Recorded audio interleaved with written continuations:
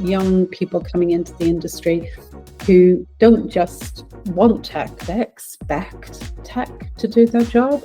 Is dynamic pricing okay in some industries? Should hotels be applying this in their day-to-day operations? If you're a hotel that has a lot of tourists coming in and you're a city centre, why don't you throw in a free walking tour of the city? Some of the content is atrocious. Get the content right, get the journey through your website right, make everything really easy to book. So a very warm welcome, everybody. I'm absolutely delighted to be joined here by Adrienne Hanna. Adrienne is the CEO and founder of Right Revenue, and you've been in the industry, dare I say, over 30 years, I believe. Yeah, I'm very, very old. Yeah, well, very, very warm welcome to the Hotel Growth Podcast, Adrienne. How are you? It's been a while. I'm really good, Adam, and it's just lovely to see your lovely smiley face. So you encapsulate everything that's wonderful about hospitality. So I'm delighted to be here.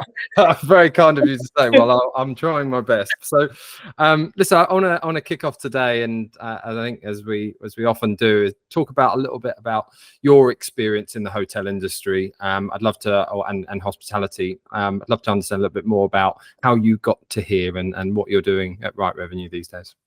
Well, actually, just you sort of saying that you'd like to know my history when we spoke earlier made me delve into the deep recesses of my mind. So yeah, I started in hospitality, worked in travel, in tour operating to begin with.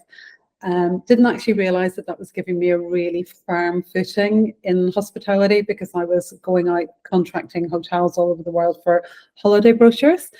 Moved into hotels, and I've come through. I've worked in operations. I was actually started as a switchboard operator, then front office, reservations.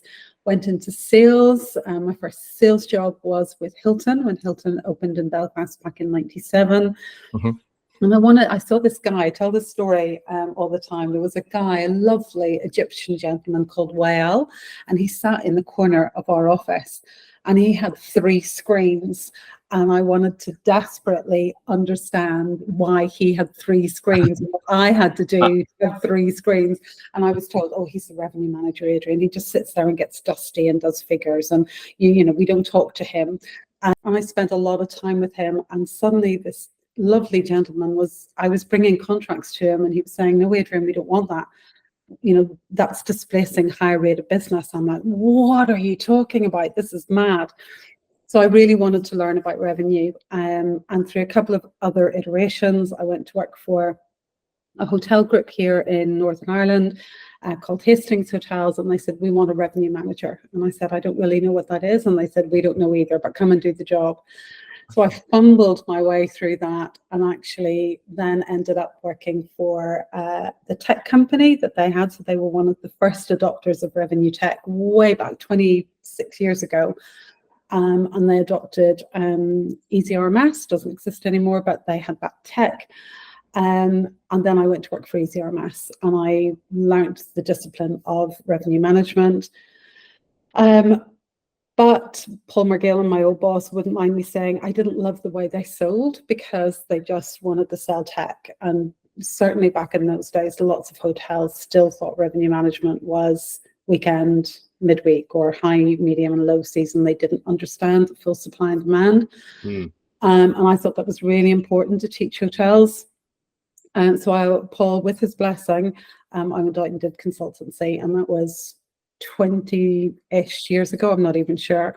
So I did consultancy in hotels, and then knew I wasn't doing a particularly good job. So I decided that wouldn't it be really good if what I was doing was in tech, and it was only ever supposed to help the hotels that I was working with.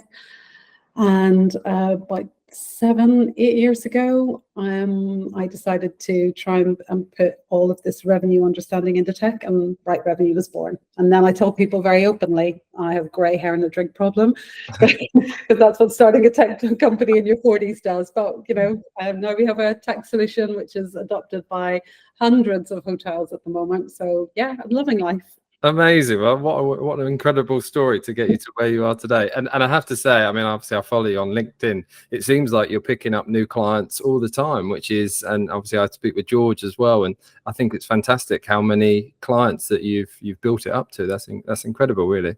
Yeah, I'll be honest with you, Adam, it's really important for us, and we say this with pride, like absolute pride. I'm not trying to do a pitch on our product, but I guess what is really important for me is that we are hospitality first with tech to back that up. So we've got a company full of hoteliers that understand hoteliers. And we want to, it was always important for me to design a system the way I work, the way a revenue manager would work on site. So that seems to hit the right notes with a lot of hotels. So we're really genuinely really grateful for every single partner that chooses to come along with us, because their business is incredibly important to us. So, we're delighted. And we have some great clients, and we get to know them all. So, that's really important to us. Fantastic. And I have seen, as I'm sure you have, so many tech firms that approach it the other way. They're a tech company first, and they enter into the hospitality space and get it so wrong. There's I can think of a number of PMS solutions, in fact, that are just not fit for purpose for what the operators need. Yeah, no, I would agree with you on that. And I think that's always been really, really important to us, is that we stay really close to our partners. We understand what they need. We try and keep ahead of what's going on in the industry as well. But actually,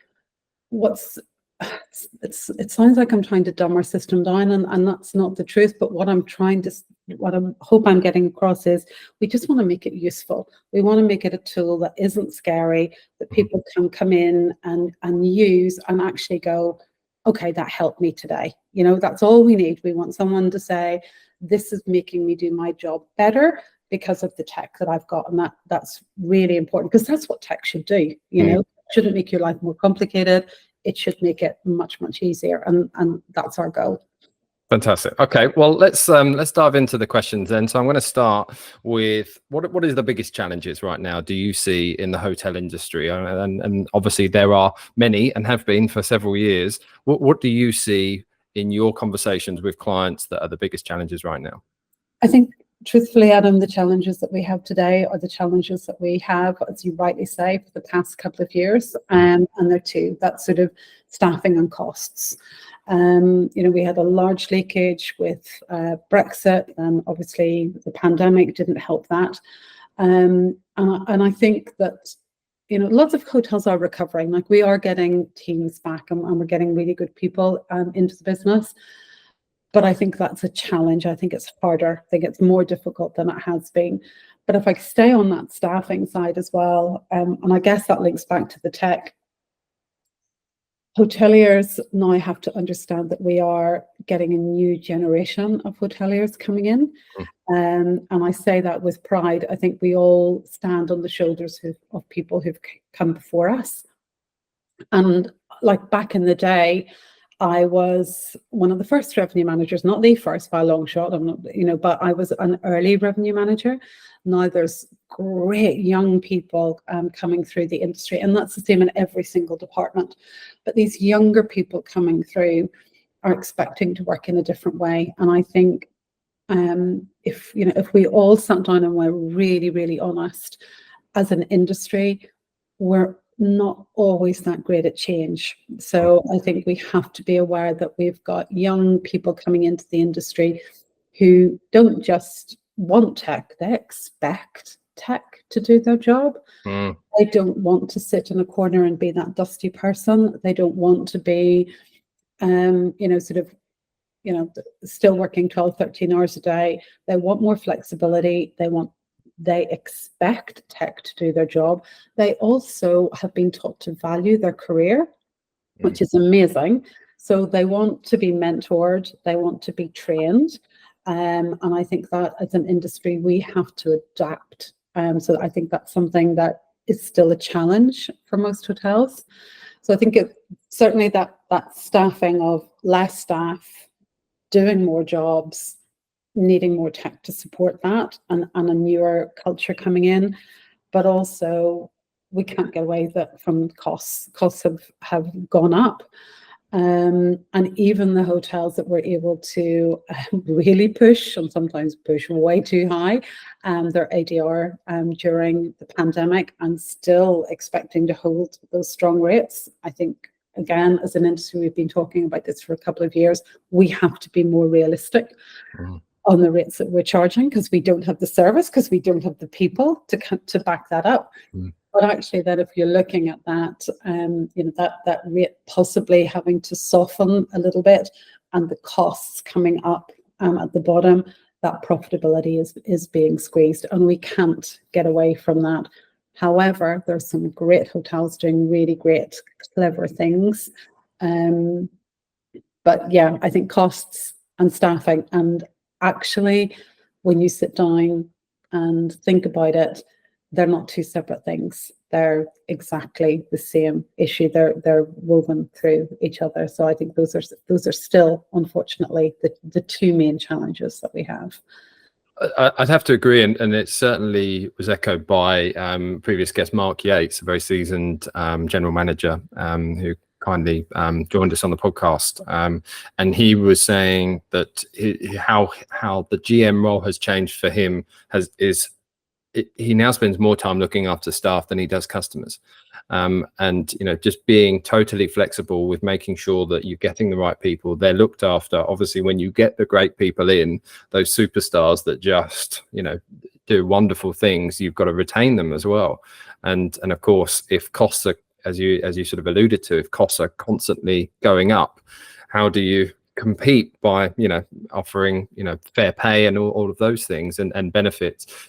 I must say, do you feel the benefits culture, we're seeing this in the agency world, and a lot of the marketing agency owners that I'm on WhatsApp groups with, etc., they're often bemoaning the constant benefits that they're throwing at their staff, and sometimes it's still not enough. Do you feel that benefit piece is an area that the hotel world is utilizing, exploiting enough? I think there's two sides to that, Adam. I think it's like a hotel guest loyalty program. You can throw anything at your guests, but if you actually haven't got the product and the service right, then your guests aren't going to come back. And it's like, you can give people, flexible working. You can give them, meal vouchers. You can take them out for pizza on a Thursday. You can do all that fancy stuff. But actually, if you're not treating your team well, they're not going to stay. It doesn't matter what you're doing for them. And if I kind of take my hospitality hat off for a second and put my tech hat back on, when I was starting Right Revenue, I used to go and speak, I used to go and listen to all these amazing speakers, and they all talked about how important it was to get your culture right in your business. You've got to get your culture right. And I thought, where do you go to learn how to do that? Like, how do you get your culture right? And actually, what I worked out was, it's just how you treat people. It's how you treat your customers, the language that you use, and how you respect them. And that's exactly the same as what you do with your team. If you haven't got your company culture right, it doesn't matter how many pizzas you give them, they're not going to stay. And I think one of the most important things that you can do for your team is value them. And I know that sounds quite fluffy, but actually, if you're saying, we would like to invest in you as a person, where do you want to go to next? Is there training that you would like to do? How can we help you develop your career? How can we actually develop you so much that in 2 years you want to work somewhere else? How can we actually give you such a good place to work that we allow you to develop your career? And also, how do we give you a voice? How do we allow you to go, I have a really good idea for doing X, now go and execute it. I think those are more important than throwing lots of benefits at people. I think valuing them and trying to get that company culture right, and actually sitting down and speaking to your team and saying what they actually want and need.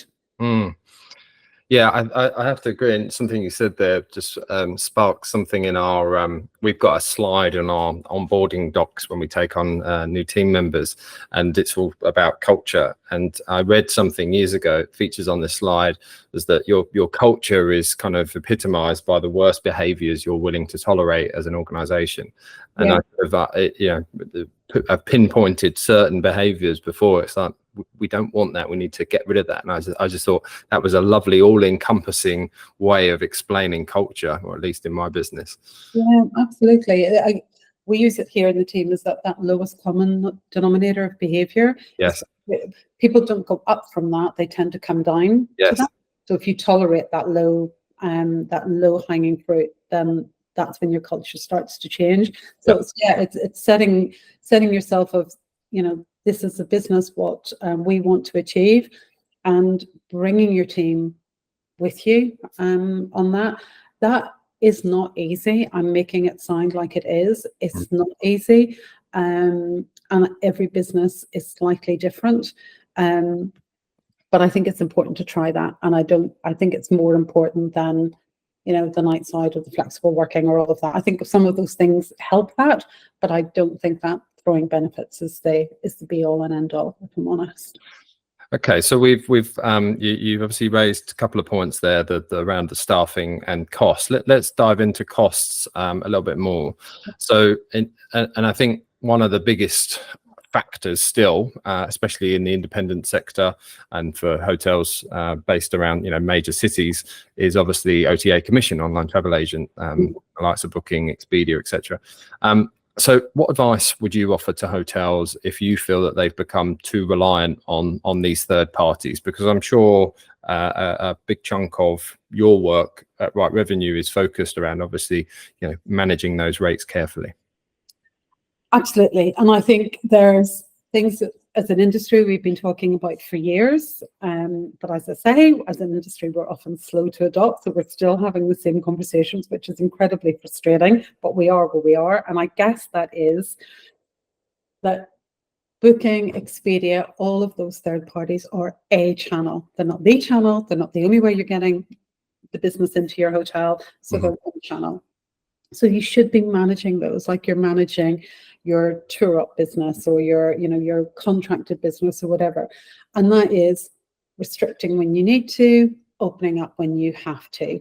And as an industry, we're not always good at that. We think we have to be on the OTAs all the time. And you don't. You can turn that tap on and off as you need it. The other thing that I find hotels getting really caught up in is, what's the industry standard? How much business should I be getting from OTAs? And the bottom line is that we all can use industry standards as a kind of benchmark, but you cannot say that a 5-star luxury resort should have the same OTA business as a city centre 3-star hotel. You can't. So we have to understand that the OTAs do a good job in marketing us in countries that we're never going to be able to market in. Lots of people use them as a search engine. We know this is a fact, and then they come hopefully to book with you direct. But I also think, what if we sat back as revenue managers and went, my hotel is getting X amount of revenue business through OTAs. Now we have some hotels, I'm embarrassed to say, I won't name them obviously, who are getting 70% of their business through OTAs. Like, can you imagine what their commission checks are? Other hotels that have less than 15% of their business through OTAs. Industry standard, I guess, if you read anything, is around 40%, but take that off the table, look what you're getting, and then ask the question, what if in the next year I could reduce this by X%? And that could be 5% or 10%. Do the math. Like, we have calculators in Right Revenue, but do the math on a spreadsheet. What if we did that market segment? What if we did that source shift? What if we took it off here and put it on there? What would that do to my bottom line? It would increase my average booking value and it would reduce my commission. So do the math, work out what percentage is right for you, and then put that strategy in place. And also for the owners and the GMs listening, this is not an overnight fix. You cannot ask your sales team, your marketing team, your digital marketing agency, your web designer, your revenue manager to do this overnight. This is going to take you a year to turn that tap slightly.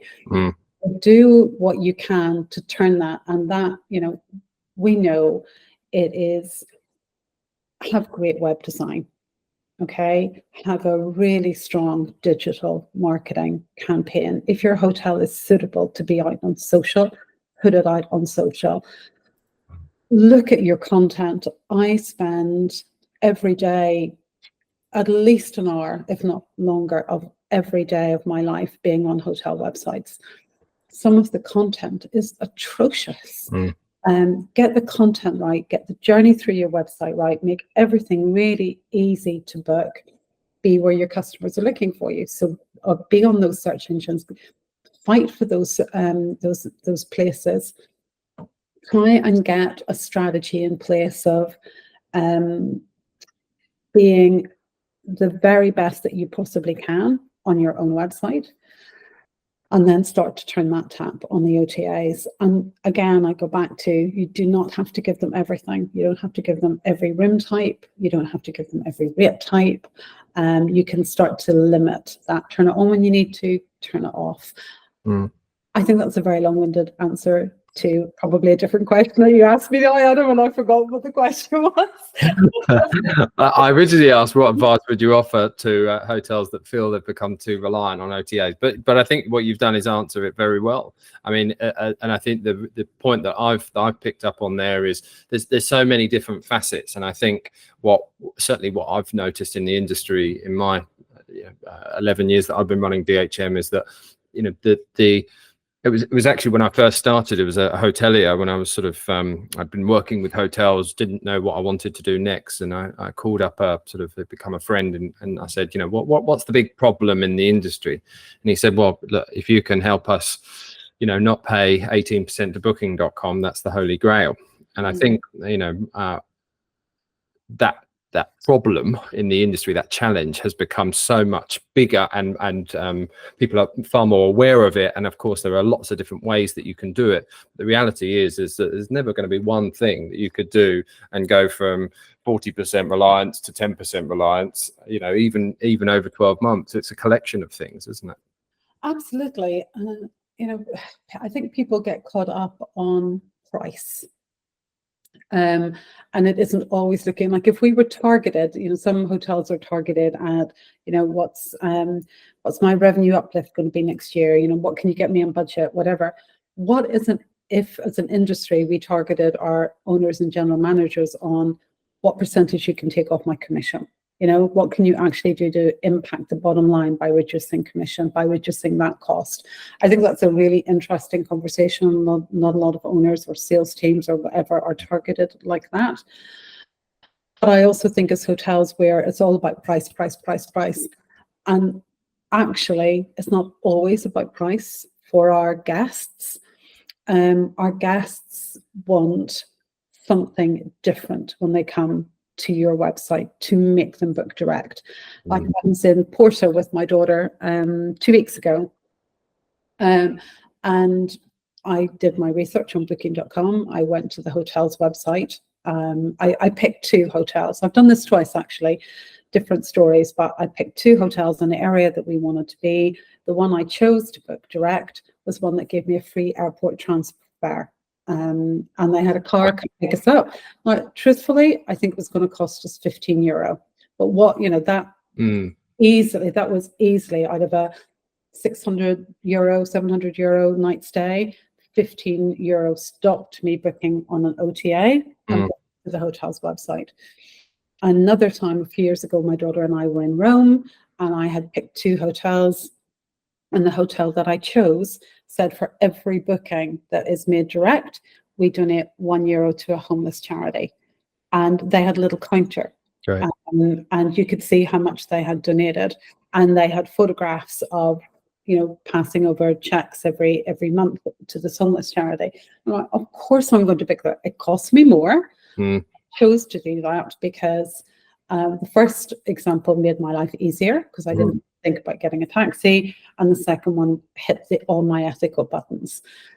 So there are people out there like me who want to shop ethically and I didn't care that it cost me, it actually probably cost me an extra €60 or whatever to stay in this particular hotel, but that booking direct made it easier for me. It took something away that I didn't have to think about. So is it, if you're a hotel that has a lot of tourists coming in and you're a city centre, why don't you throw in a free walking, a walking tour of the city, or a late check-in, early check-in if you have a lot of American guests, their flights come in early. Or, it's not about, we always have to be, cheaper on our own website, or we have to be this, we have to be that. Give guests value. Give them an experience as well. The OTAs can't compete on that, and we forget that. So give your guests an experience. Tell them what it's like to stay in your hotel. Tell them what it's like to be in the room that you're going to put them in. If you've got things that you can package together, a picnic, a tour, something, put that together. Give them something unique. Give your guests, speak in a language that makes it really lovely for your guests to go, that's an aspirational, that's where I want to be. And I don't care if you're a 2-star or a 5-star. You have guests who will read descriptions. I don't want to know that your hotel is 13 square meters and it's got a trouser press, 1985 called. I don't want to know that. I want to know. That's the last time one of those was used, wasn't it, as well? I don't know if one has ever been used, let's be honest.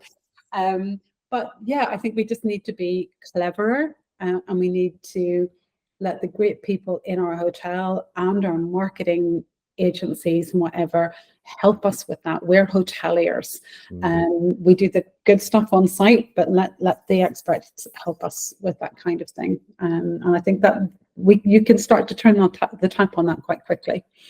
Okay, fantastic. Well, let's so I'm hearing that that you mentioned sort of value and experiences.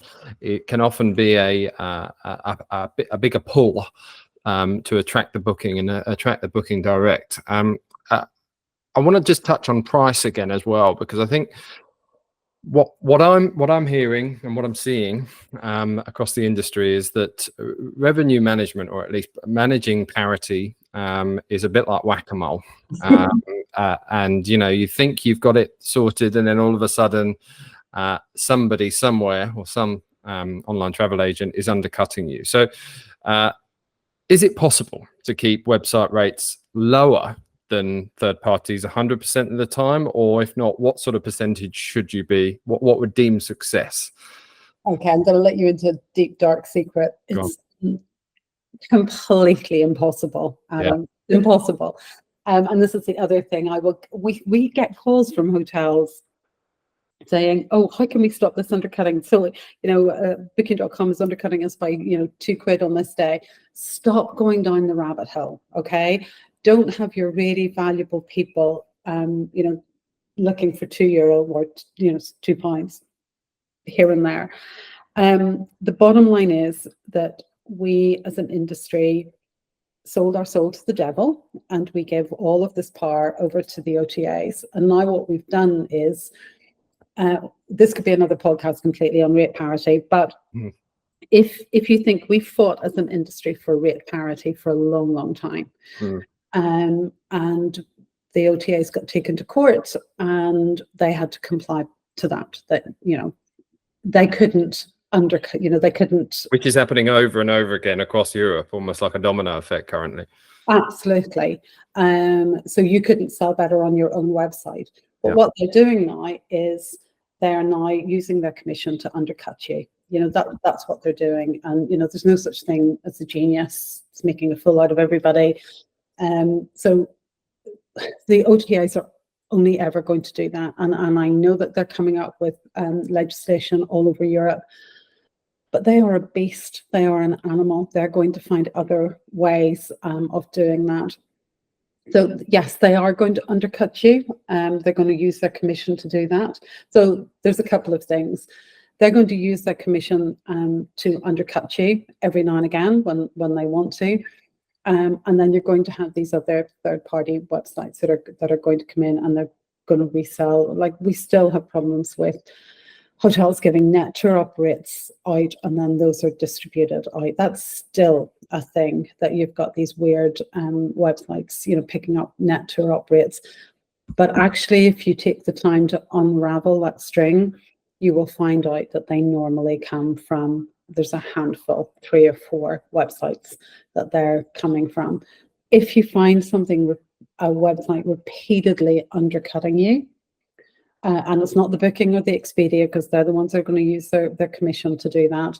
But if you find these, I won't say it on the podcast, I could name them, but if you find these websites undercutting you, source it back, make a booking on it yourself, and you will be able to find out where that booking actually originates from, and then shut them off. You know, you don't need that hassle in your life at all. Just shut them off.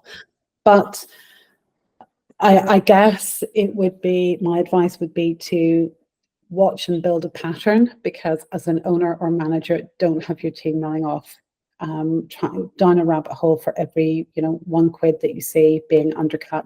You're going to waste a lot of time doing that. Find out who it is, watch for the ones that are doing it more often, watch for the ones that are doing it with large values, and go after them. But you asked me at the start, 100% of the time, I would say even the 5-star luxury resorts that are well staffed and have things on maybe 1 or 2 channels only, are still seeing that they're being undercut 70-80% of the time. You know, so it's it's a lot. Wow, incredible. Yeah. Okay. Well, let me touch on something that's been very topical. Where this is being recorded just a few weeks after the ridiculously popular Oasis sale. As you did you go in for tickets, by the way? No, thank you. No, I'm a Motown girl. No. No. I've seen them live a few times. I'm glad I got that belt. I'm not going back again. No, thank you. No, fair enough. Well, I was one of the mugs that waited for 6 hours to not even have the ability to buy tickets. But it caused such a well, I suppose such an issue really in the press around this whole concept of dynamic pricing, which of course, you know, the idea being that when the set standing tickets went for the set amount, by the time they'd gone, then all of a sudden the only ones left were 3 times the price for exactly the same thing, purely based on the demand. And obviously, you know, the whole dynamic pricing approach has been utilized, I think, initially by extremely successfully by the airline industry, and I guess revenue management as a discipline, as a profession, focuses on fluctuating prices to in accordance with the demand. So I just wonder if you have a view, having a revenue management company, on the I suppose the is dynamic pricing okay in some industries? How do should hotels be applying this in their day-to-day operations? Okay, so if we skip back to the Oasis concert, I think the idea of dynamic packaging or dynamic pricing, sorry, for something like tickets, I actually think that's quite healthy. Okay, but what they didn't do is what all revenue managers do, and that is hurdle those rates. You know, they should have said, we are not, I don't care what the demand is, this ticket is not going to be ever valued at more than £1,000, and they should have capped that. So that's my view on that. You can price a ticket from £100 to £1,000 if you think, but just don't ever go over that. That's ridiculous. They should have track and hurdle that. Within the hotel industry, we have lots of our hotels. I would say if I looked across the board, we literally have a board with all the hotels on it. We looked across the board of which have dynamic packaging and which choose not to have, which have derived pricing. So maybe for those listening and that don't understand that term, derived pricing is where we are looking at one room type, as an example, your standard room, And then your superior is always 20 pounds more, your deluxe is always 50 pounds more than that, your suite 100 pounds. And whatever we do to the standard, everything else follows. Okay. So that's derived pricing. And that works typically in hotels that get a lot of repeat visitors, that have loyal customers, and actually whose pricing is like the part of their core, you know, that if you go, you always know that you're going to pay 50 pounds more for a deluxe. Mm-hmm. And that works very well in those traditional or country house hotels. Dynamic pricing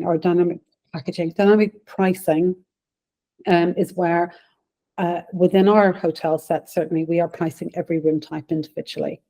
And again, we always encourage a hotel to have, you know, rack and hurdles. You know, doesn't matter how low the demand is here, Mm-hmm. we're not going to sell lower and we don't want to sell higher. There are advantages and disadvantages of that. If you put, what we've seen is if you put dynamic pricing into a hotel, you immediately impact the bottom line. You will see your ADR go up, the revenue does go up. However, I go back to, there's no golden charm for every single hotel, and there are disadvantages of dynamic pricing.